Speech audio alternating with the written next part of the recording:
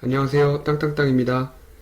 6월부터 하루가 멀다 하고 6.17, 7.10 임대차 3법 통과까지 부동산 대책들이 쏟아지는데요. 시장에 실제로 어떤 영향을 주는지 확인도 하기 전에 새로운 대책들이 나와서 개인적으로도 많이 혼란스럽습니다. 제가 4월에 경매로 부천에 아파트 낙찰 받았었는데요.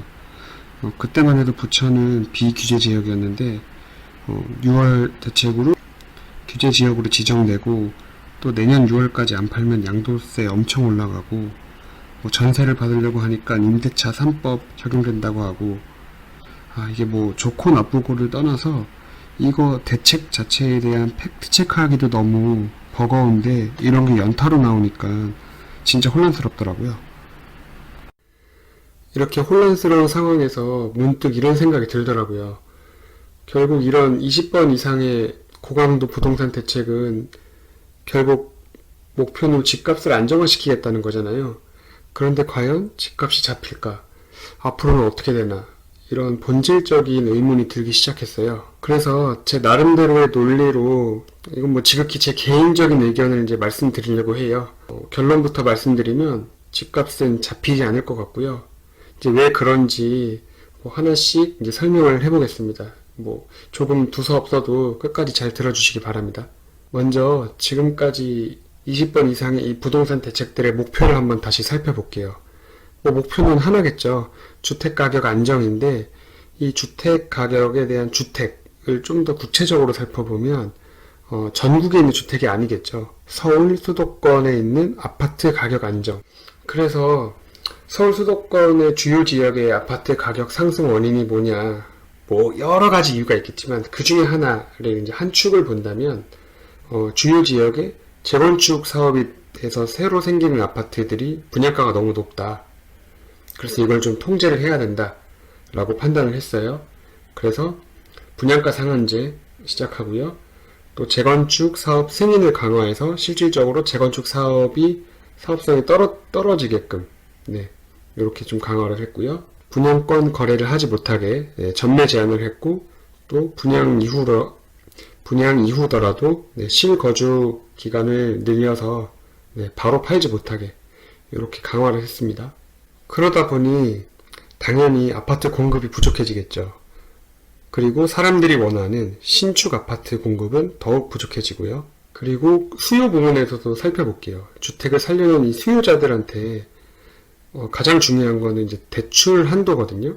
이 주택담보대출을 축소하는 정책, 그러니까 대출 요건을 계속 강화하는 정책을 폈어요. 그런데 이 와중에도 여전히 전세대출은 원활하게 진행이 되고 있습니다. 이렇게 정책의 큰 방향이 이런 식으로 흘러가니까 대출을 일으켜서 집을 마련하고 대출 갚으면서 열심히 살려고 하는 무주택자들 있잖아요. 이 사람들은 집이 없는 거예요. 살 집이 없는 거예요. 공급이 줄어들었으니까. 구축 아파트를 사서 재건축을 기다리자니 언제 될지 기약이 없고 가뜩이나 대출도 안 되는데 공급도 안 줄어버려서 집값이 오르니까 이제 청약될 때까지 전세로 버텨야겠죠. 결국 투기 세력을 잡으려고 이 대책을 폈는데 내 집 마련을 원하는 이 무주택 실수요자들까지도 전세로 살라고 유도를 하게 되어버렸어요. 그러니 전세 공급 물량은 한정이 돼 있고 전세를 원하는 사람들은 늘어나니까 당연히 전세 가격은 오를 수밖에 없는 구조가 된 거죠. 이 부동산 대책이 발표될 때마다 이런 지적은 계속 나왔거든요. 그래서 가장 최근 나온 정책이 임대차 3법이죠. 이 임대차 3법을 통과시킴으로써 이 전세가 상승을 억제하고 전세 시장을 안정시키겠다라는 게 정부 의지입니다. 그럼 이제 전세 시장이 안정적으로 가면서 매매 시장도 안정화가 되느냐 이제 이 예상을 해야 되는데 일단 전세 시장부터 보면 초반 2, 3년은 안정된 것처럼 보였을 것 같아요. 왜냐하면 기존 계약도 소급 적용되기 때문에 당장 임대인들이 전세 가격을 올릴 수 있는 여지가 많이 없거든요. 그런데 아마 한 4년 후 정확하게 4년 후다 이렇게 말씀은 못 드리겠지만 한 그 정도 시간이 지나면 전세 가격이 한번 폭등하는 시점이 올 것 같아요. 일명 떡상된다 이렇게 말들을 하는데 왜냐하면 계약갱신 청구권으로 2 플러스 2, 그러니까 4년까지는 임차인이 원하면 그 해당 거주지에서 계속 살 수 있는데, 그 이후 계약부터는 이제 뭐 전월세 상한제가 없거든요. 그러니까 임대인이 전세 가격을 많이 올릴 수 있는 거예요.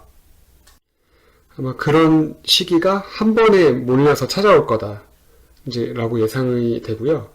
그렇게 전세 가격이 상승하면 다들 아시겠지만 자연스럽게 매매 가격을 밀어 올리게 되죠. 그럼 자연스럽게 매매 가격이 상승하면 또 전세 가격은 올라가고, 이런 상승 순환이 주기적으로 찾아올 것 같아요. 뭐 이런 가정은 지금처럼 공급 정책이 변하지 않는다는 전제에서 말씀을 드립니다. 그래서 임대차 3법을 시행하기 전에는 전세 가격이 뭐 비교적 완만하게 예상 가능한 수준으로 상승했다라고 하면, 앞으로는 이게 쭉 뭐 완만하게 가는 척 하다가 일정 시기에 폭등하고, 또 완만하게 가다가 또 폭등하고, 이렇게 상승이 될 것 같아요. 그런데 이 상승폭이 기존에 완만하게 꾸준히 상승할 때보다 이 폭이 더 클 것 같아요. 왜냐하면 임대인, 집주인 입장에서는 그 한 번 올릴 수 있을 때 확 땡겨놔야 또 4년 동안 뭐 5%또 올릴지 안 올릴지도 모르는데 그 돈을 계속 이제 묶어서 가는 거잖아요. 그러니까 한 번 올릴 수 있을 때 정말 아예 전세를 안 받는다 생각하고 가격을 확 올려버릴 확률이 되게 높아 보입니다. 이렇게 한 10년 정도 지나면 아마 서울에는 무주택자들이 아파트를 살 기회는 없어질 것 같아요. 그냥 높은 이 매매가를 바라보면서 그 집에 전세로만 살아야 되지 않을까. 너무 좀 극단적인가요? 그런데 이게 좀 예측 가능한 수준인 것 같아서 좀 개인적으로 이걸 조사하면서 많이 허탈하더라고요. 아니면 전세는 없어지고 월세만 남을 수도 있는 상황이 될 수 있어요. 뭐 이 부분을 더 깊게 얘기하면 이게 딴 데로 살 수 있으니까 이 월세만 남을 수 있다, 이 부분은 제가 따로 한번 기회가 되면 다시 말씀을 드리겠습니다. 이런 정책들이 정말 주택 가격을 안정시키겠다는 정책인지 궁금해요. 임대차 3법뿐만 아니라 부동산 정책 전반에 대한 좀 고민이 필요할 것 같아요. 주택가격 결정을 하는 기본 요인은 이제 수요 공급이잖아요. 그래서 이 기본적인 수요 공급에 대한 이해가 좀 떨어진다라고 생각이 들어요. 이 정부 정책 설계하시는 분들이 이 투기의 정의를 좀 우리가 생각하는 거랑 다르게 정의를 하는 것 같아요. 지금 정책에서 나오는 이 투기자들은 사람들이 좋은 입지, 그러니까 서울 수도권에 있는 역세권 신축 아파트를 원하는 게 모두 투기다 라고 정의를 하고 있는 것 같거든요. 이렇게 시작하니까 답이 안 나오는 거예요. 이거는 투기가 아니라 그냥 자본주의 사회에서 사는 사람의 뭐 합리적인 생각이 있잖아요. 이 정책 펴는 사람들도 그런 합리적으로 생각하는 사람들이 있거든요. 이 대통령 비서실장은 이 참모진들에게 주택 한 채만 보유하고 다 정리해라 이렇게 말을 해놓고 본인 주택도 이제 본보기로 매물을 내놨는데, 이분이 주택을 2개, 2주택자거든요. 그래서 반포에 아파트를 보유하고 있고 청주에 아파트를 보유하고 있어요. 그런데 자신의 지역구인 청주 아파트를 매물로 내놓고 반포 아파트를 가지고 있겠다라고 하는 거예요. 여론이 난리가 났죠. 그 여론이 난리가 나서 지금은 이제 반포 아파트를 뭐 8억 5천만 원 정도 차익을 남기고 정리를 했다고 하네요. 아니, 부동산 정책을 펴는 이 공직자 사회 리더라는 사람도 이렇게 생각을 하고, 이건 당연히 지탄을 받아야죠.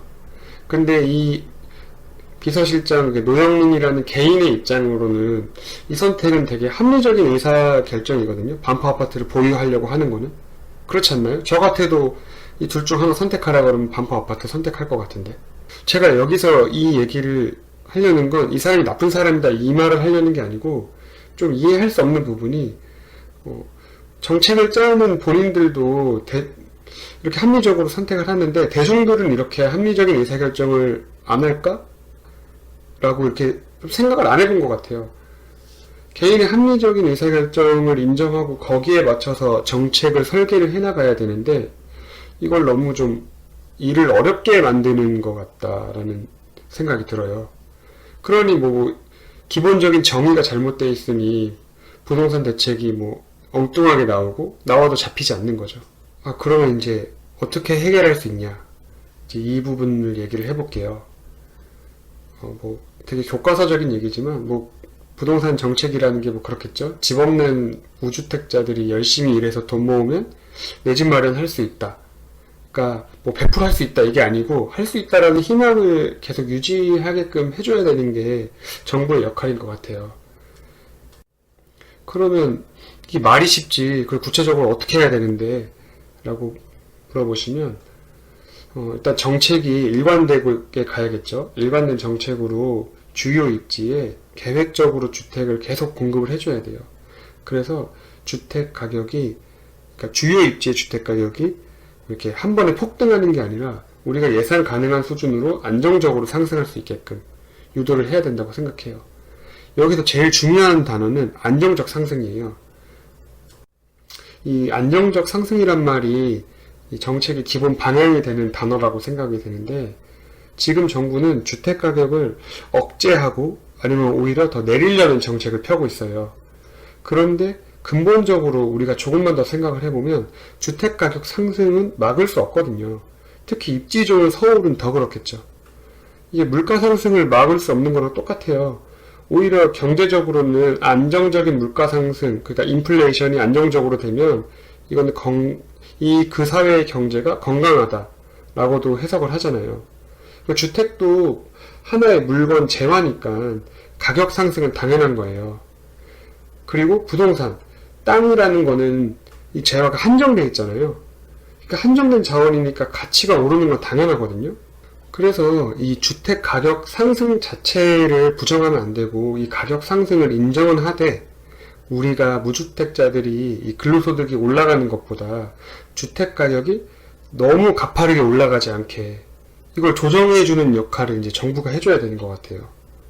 그런데 지금 정부는 이런 조정의 역할이 아니고 그냥 극단적으로 주택 가격을 확 잡아 끌어내리려고 하다 보니까 오히려 반작용이 더 심하게 일어나고, 결과적으로는 그 무주택 서민들에게 그런 집을 살 수 있다, 뭐 이런 희망은 뭐 고사하고 박탈감이 들게 하고 있는 것 같아요. 최근 2달 사이에 이 부동산 대책 강도가 되게 뭐 극단적이라고 해야 되나요? 좀 강도가 세지고 있잖아요. 그런 거 보면 정부도 뭔가 이렇게 체계적으로 하기보다는 현재 뭐 여기까지 우리 정부는 부동산 가격을 잡겠습니다라고 이제 캐치프레이즈를 걸었으니까 이미 달려온 거예요. 그러니까 이제 물러설 곳이 없어서 마지못해 이제 계속 달려가는 느낌인 것 같아요. 뭐 내부적으로 이런 상황을 인지했는지 뭐 8월 4일에 공급 확대 정책이 나오긴 했죠. 이게 물론 뭐 전체 시장을 이제 바로 한 번에 안정시키기에는 너무 미약하고, 또 이제 사안을 좀 뜯어보면 시장과 좀 괴리가 큰 사안도 있어요. 그래도 저는 개인적으로 긍정적으로 계속 생각해보면 이게 안 하는 것보다는 좀 낫다고 생각해요. 지금 뭐 부동산 정책을 펴는 이 청와대 고위 참모진이 그 앞서 말씀드린 그 부동산 이슈로 이제 계속 정권의 역풍을 맞으니까 일괄 사표를 냈고, 그래서 뭐 인사가 진행 중이에요. 그래서 뭐 이 인사가 뭐 진행이 돼서 결과도 물론 중요하겠지만 이번 일로 좀 앞으로 부동산 정책이 어떻게 펼쳐나갈지, 이제 큰 흐름이 바뀔 수도 있는지 뭐 이런 것들을 한번 유심히 지켜봐야 될 것 같아요. 오늘 영상은 여기까지 하겠습니다. 감사합니다. 영상이 마음에 드셨다면 영상 아래에 구독과 좋아요 눌러주시기 바랍니다. 여러분의 관심으로 즐겁게 유튜브 채널을 운영하고 있습니다. 감사합니다.